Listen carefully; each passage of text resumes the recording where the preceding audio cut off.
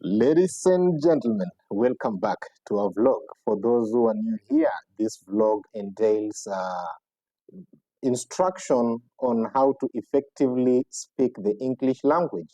And we'll be looking at different aspects of language that can make us effectively construct English sentences and use any English word to construct a meaningful and grammatically correct sentence. So in our vlog today, we are looking at verbs.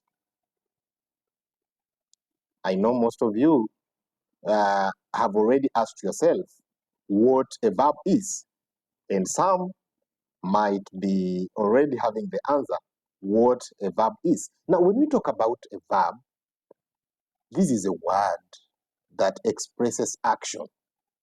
It is a doing word.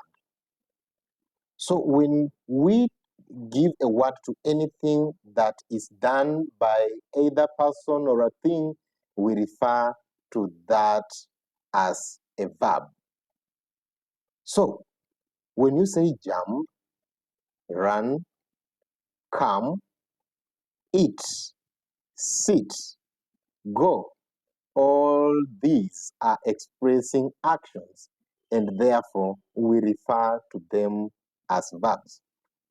Verbs are classified differently in various categories, and we will be looking at them while we analyze every single aspect of grammar that we are going to look at.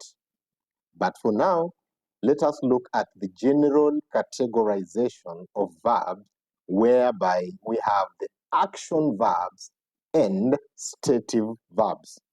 In our explanation, we said that verb is an action or a doing one.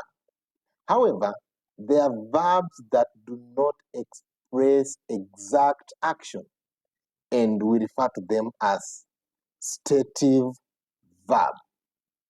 A stative verb is a verb in which, or a verb that shows a state of something.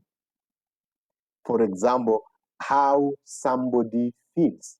You see, you cannot express an action of how somebody feels, but their feelings. For example, love, sin, hate, like. They are talking about feeling. Even the word feel itself is a verb. So when you say, I feel cold, what is that? Which action will you use to show? So such kind of verbs are the ones we refer to as stative verbs. And action verbs then gives us the real actions that something or somebody does. So that is the main category of, or the main classification of verbs. Action verbs can be dance, jump, and all the other verbs that I mentioned as we started about verb. So I want us today to briefly look at forms of verbs. Forms of verbs. As we had earlier said that a verb is an action word. It expresses action. Actions are expressed in different types. And the same action being expressed in different times will take different forms of verbs. And these forms are the ones that will help us when we come to talk about tenses. So let us look at which forms of verbs are we going to have in English language. So we basically have around 5 forms of verbs. And the first form is the basic form or base form. So what is the base form of a verb? The base form of the verb is the way the verb naturally or originally appears. In further linguistics, they refer to them as lexemes. Is the way a word naturally appears. In whatever tense that a verb will appear, we can refer to it in its original form. And the original form of that particular verb is what we refer to as a base form or the basic form of a verb. For example, come, run, rain, not rain, run, eat. Now, rain is not a basic form of the verb because it has been brought out from the base form, which is run. Now, let us look at another form, and the second form is the simple present form.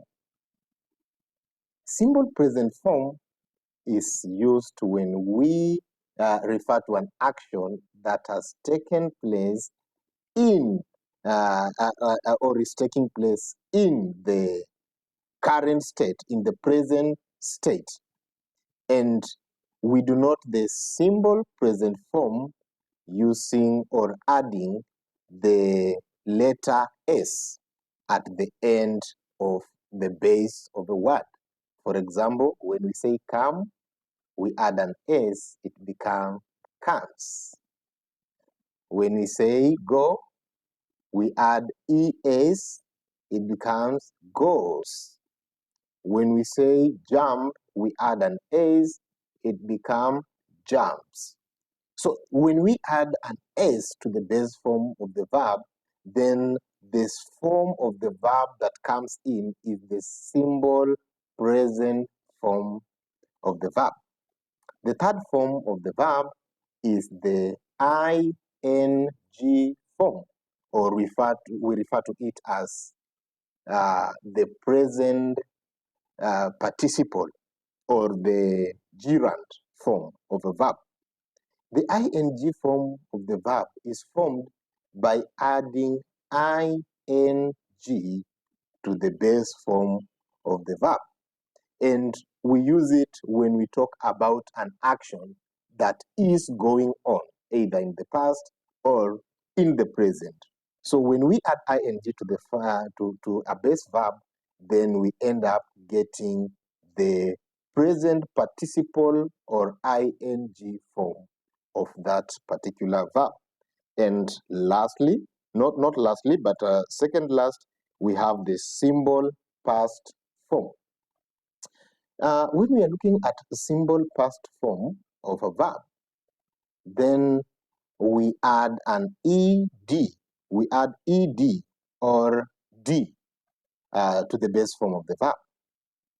And we use the past or the simple past to talk about actions that happened in the past.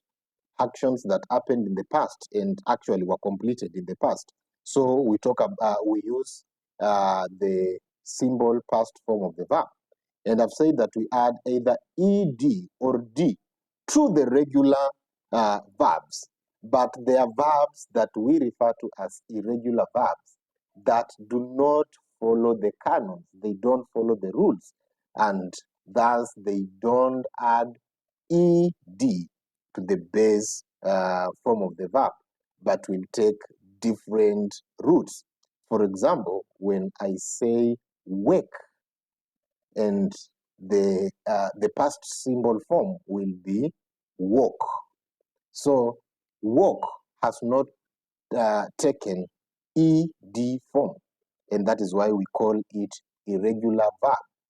So in your own time, find more examples of verbs that are irregular. Regular verbs such as walk will have walked. Jump will have jumped. Dance will be danced. We have added d or ed at the end of the verb.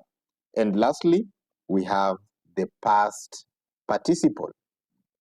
A past participle verb is used to express either the passive voice in a sentence or to express an action that was done in unspecified time in the past, or to also express an action that has just happened. So that is what we refer to as a past participle. most past participles in regular verbs are similar to their simple past. But in irregular verbs, we have again a different connotation of how the past participles look, and most of the time they don't take what we have in the regular, or I mean the past simple form of the verb. For instance, when we say run, the past symbol will be ran, and the past participle will take run again. When we say rise, the past symbol will take rose, and the past participle will take reason. So those are irregular verbs. They don't follow the canons of that. So yeah, that is it for today. Wait for the next vlog on how to create or how to make the past participles and the present participles. That is adding the ed and adding the ing to the form of the verb to form the past symbol, the past participle, and the present participles of the verb. Keep updated.